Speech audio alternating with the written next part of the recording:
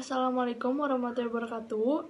Tepangkeun wasta abdi Resti Monita Anjani ti kelas 11 IPS 3. Di dieu abdi bade nepikeun biantara tentang kabersihan. Rerencangan anu ku simkuring dipika hormat, dina ieu waktos simkuring bade nerangkeun kumaha pentingna hirup sehat kanggo urang sadayana. Janten, urang sadaya kedah atawa wajib ngajaga lingkungan sareng awak nyalira pikeun urang sadaya tiasa ngajaga tina sagala panyakit.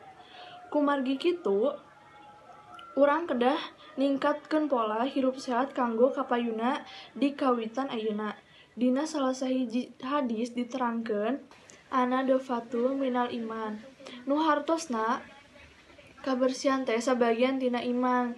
Tina hadis eta urang tangtu tos ngartos maksud sareng tujuanana. Nyaeta urang teh umat muslim anu ngagaduhan iman dina jero hateurang. Upami urang sadayana iman ka Allah berarti urang kudu bersih atanapi suci tina sagala kokotor, boh hadas alit atawa hadas ageung.